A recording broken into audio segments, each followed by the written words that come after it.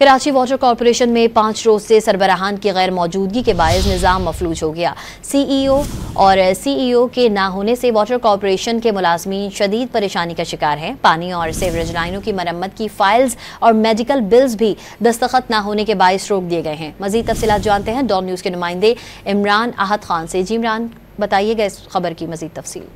देखिए, कराची में एक जानिब तो पानी का फुकदान है और दूसरी जानिब वाटर कॉर्पोरेशन के जो सरबरा है उनकी अदम मौजूदगी में वाटर कॉर्पोरेशन का जो निजाम है वो मफलूज होकर रह गया है।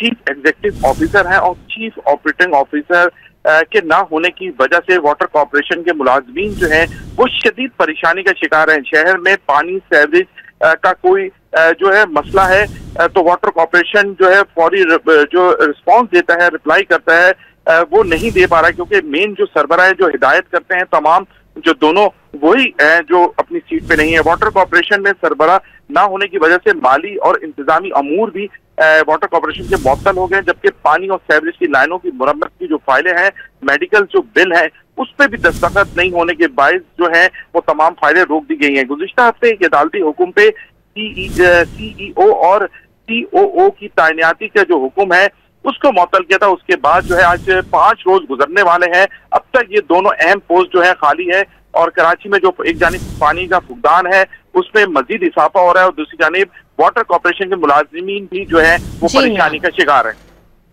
इमरान आहत खान अपडेट कर रहे थे, आपका शुक्रिया।